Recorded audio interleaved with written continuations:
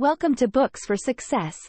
Today, we're unraveling the insights from It Doesn't Have to Be That Way by Laura A. Wasser.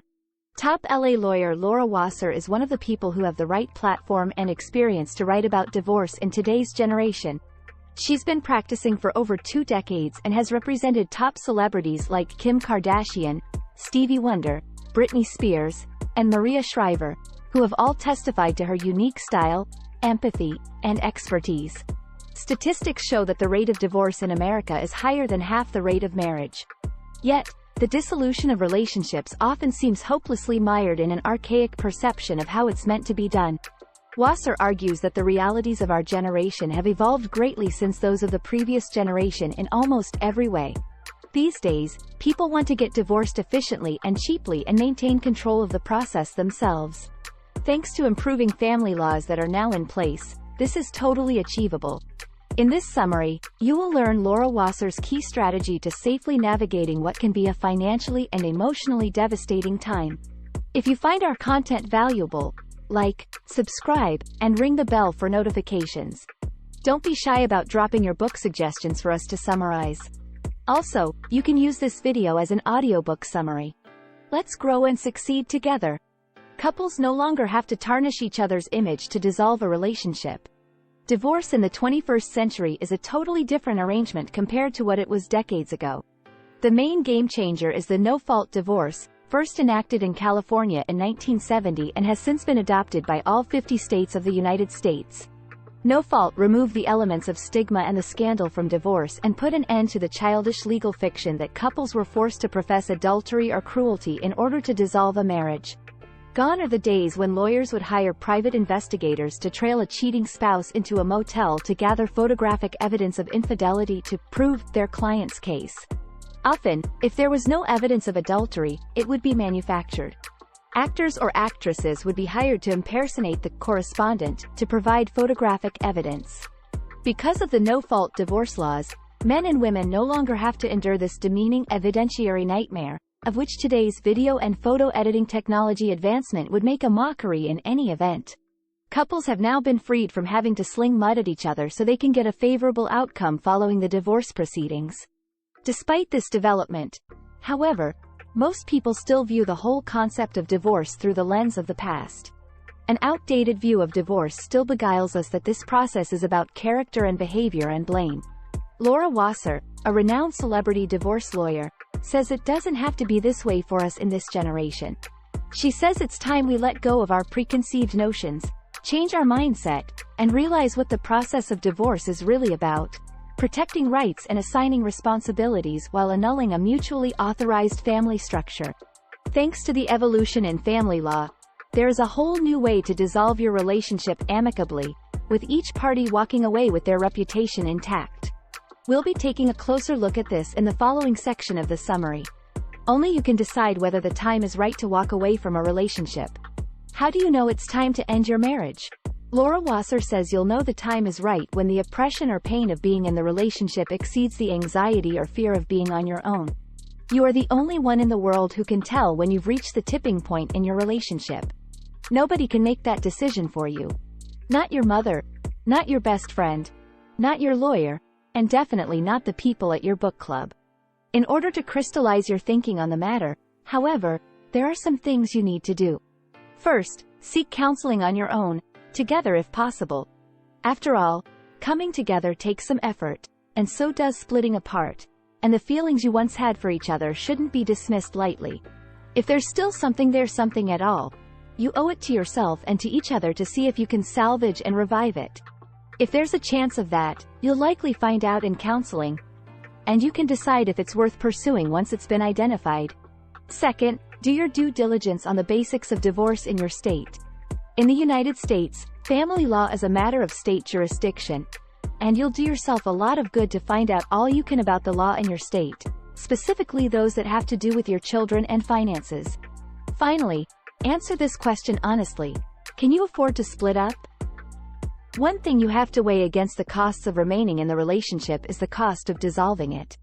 The cost of divorce can be substantial, so it's highly advisable to calculate your financial situation before kicking off your divorce process. There are 2 broad categories of cost when it comes to divorce: One is the initial cost of the proceedings, court costs and attorney's fees. The other cost category is what you'll have to pay or live on because of the divorce. So before you set anything in motion, it is wise to get a handle on both, in a sense, to estimate a budget for your divorce. Your breakup doesn't have to leave you shattered. Seek support when you need it. Divorce is no doubt a really stressful experience. The emotional difficulties can leave you reeling. No one should have to go through it alone. The process of divorce takes place in three main spheres: legal, social, and financial. Each of these three has unique characteristics and requirements, and each can stir its array of battering emotions. No matter how rational, competent, disciplined, and organized you are, the fact remains that there are a lot of decisions ahead, a lot of judgment calls to make, a lot of information to process. In a situation like this, you need someone else's perspective and facts from someone else's experience to supplement and complement your own thinking to arrive at better thinking, better judgment, and a better outcome. Try to turn to the people in your inner circle for support. Your family and friends are your ready-made support group, and you'll need them now. Their support and reassurance at such a time are invaluable. The major advantage of this ready-made support group is that family and friends are reliably partisan. Your family and friends love you and will jump through hoops to ensure you are happy. However, their firm support should not obstruct the need for objectivity. While it is good to revel in the sheer comfort of your inner circle, you also need realistic objectivity to empower you to resolve the matter to bring the best outcome for you and your children. Therefore, looking outside the tight circle of your nearest and dearest is a good idea. Laura Wasser recommends you talk to a therapist you can talk to. A professional therapist will serve as an objective interlocutor. This neutral character can help you separate the wheat from the chaff as you reflect on the many issues you will face. This interlocutor is also trained and experienced in helping people in your very situation channel their emotions into concrete ways to achieve the best possible outcome. Did you know? During a divorce process, it can be very helpful to join or start a support group of people going through the same thing you're going through. A simple Google search will lead you to a support group near you, just about wherever in the state you live. To make your divorce process go smoother and easier, you'll have to lawyer up. In seeking a lawyer to represent you as you end your marriage, there is a specific package of skills you should keep an eye out for. The person you'll choose, your legal representative, must be a problem solver, a strategist, a negotiator, a litigator, and most importantly, an expert advisor on the law and on your rights and responsibilities. One way you can find a pool of lawyers from whom to choose is to solicit referrals from other professionals you know or deal with, your banker, accountant, financial advisor, or therapist. You can also check out bar association listings, and don't forget internet research. You can make some calls once you have a short list of the best lawyers available. This call is a preliminary fact-finding consultation where you determine the lawyer's fees, terms, and schedule availability. While the preliminary consultation is usually free with many lawyers, a good many others charge for it. They do so partly because time is money. Lawyers' hours are billable, and partly to filter out non-serious potential clients. Don't be put off by it. Just be aware of the possibility of a fee. If everything you find out during your preliminary consultation adds up, then it's time to schedule an appointment. An in-person meeting is worthwhile because it helps you explore the lawyer's record of achieving settlements via court proceedings versus via mediation, negotiation. It will also help you get a feel for the lawyer's manner, and to see if there is chemistry and a sense of comfort between you. Remember that you have the right to ask personal questions during this meeting. Find out whether the lawyer has ever been married, whether they've been divorced, and whether they are a parent. Of course, a lawyer needn't have personally gone through the process of divorce or shared custody to be able to relate with you.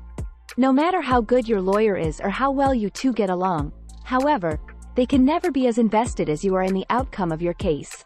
So you must become and stay involved in the whole process. That is also the best help you can offer your lawyer. If you have kids, you're inseparably bonded to your ex. Create a workable custody schedule. You should keep in mind that you and the partner you're splitting from are inextricably bonded through your children. Whether you're together or apart, you both have the responsibility and the right to ride the ups and downs of the parent-child relationship. You cannot completely avoid your ex until your children reach a legal majority. You'll both have to deal with each other one way or another on every issue affecting your children, their education, where and how they spend holidays, their health, as well as why, when and how they redisciplined. That said, let's take a look at how you can create a custody arrangement and establish a co-parenting schedule. Most of us overestimate the time we spend with our children, so figuring out what is real provides a great reality check.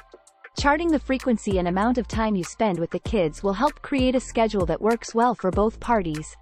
Once you and your soon-to-be ex have agreed on a custody plan and your lawyers have filed it in court, you must abide by it. This is usually where trouble arises.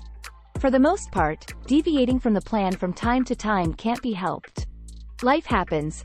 Nobody is ever in full control of their own schedule, and sudden opportunities or emergencies will prompt both of you to ask for an exception to the schedule to be made. You will have to practice the same flexibility in adjusting to your ex's exceptions as you would want them to extend to you.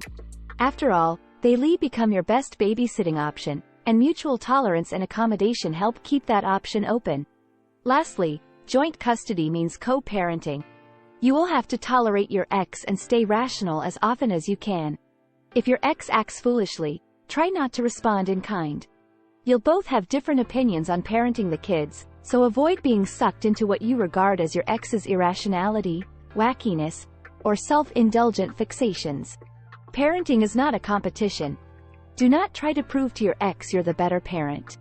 Instead, be your best parent when your kids are with you, without putting up a fantastical show every time your ex drops them off. Get familiar with the Child Support and Assets Division guidelines in your state.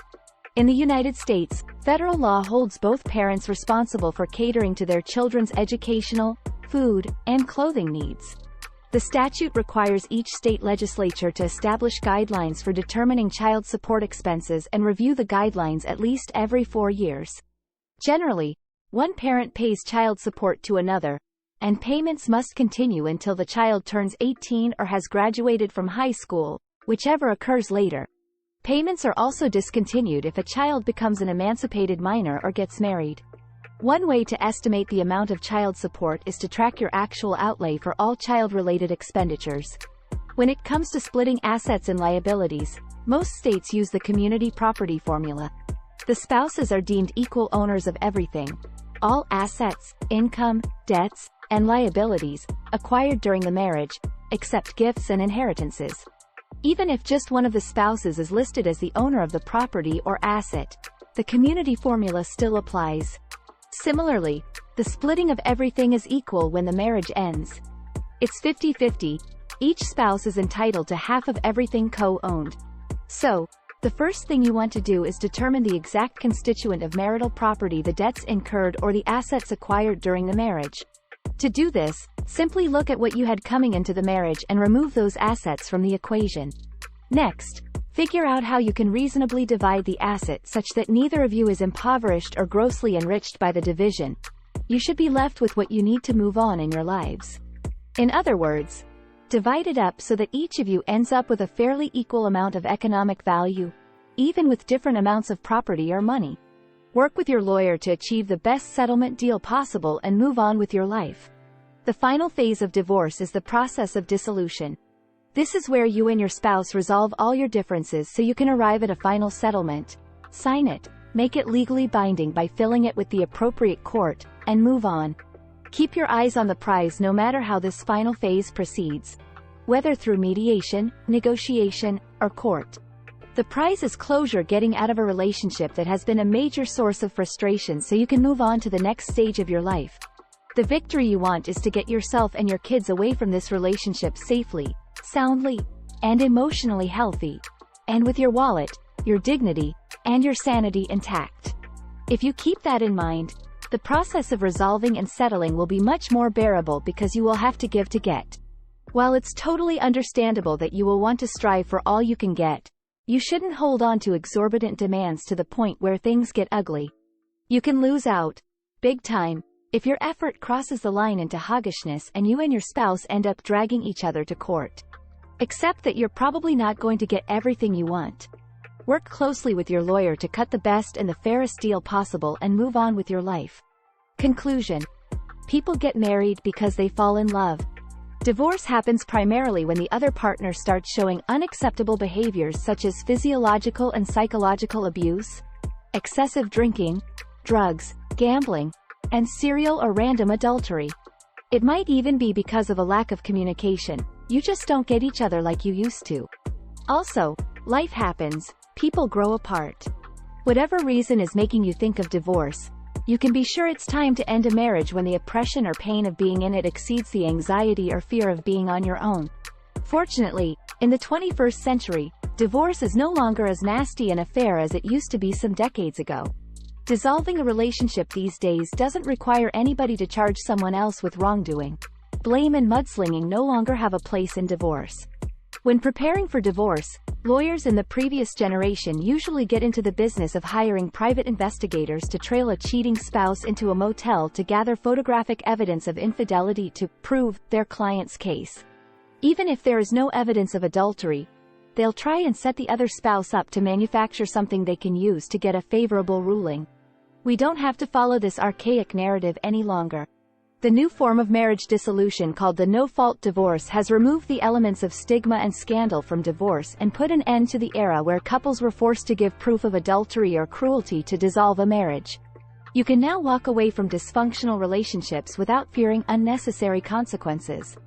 Once you're ready for divorce, get yourself an excellent lawyer and familiarize yourself with the guidelines on child support, spousal support, asset splitting, and divorce settlement in your state or country. Try this. Find someone to talk to when going through a divorce.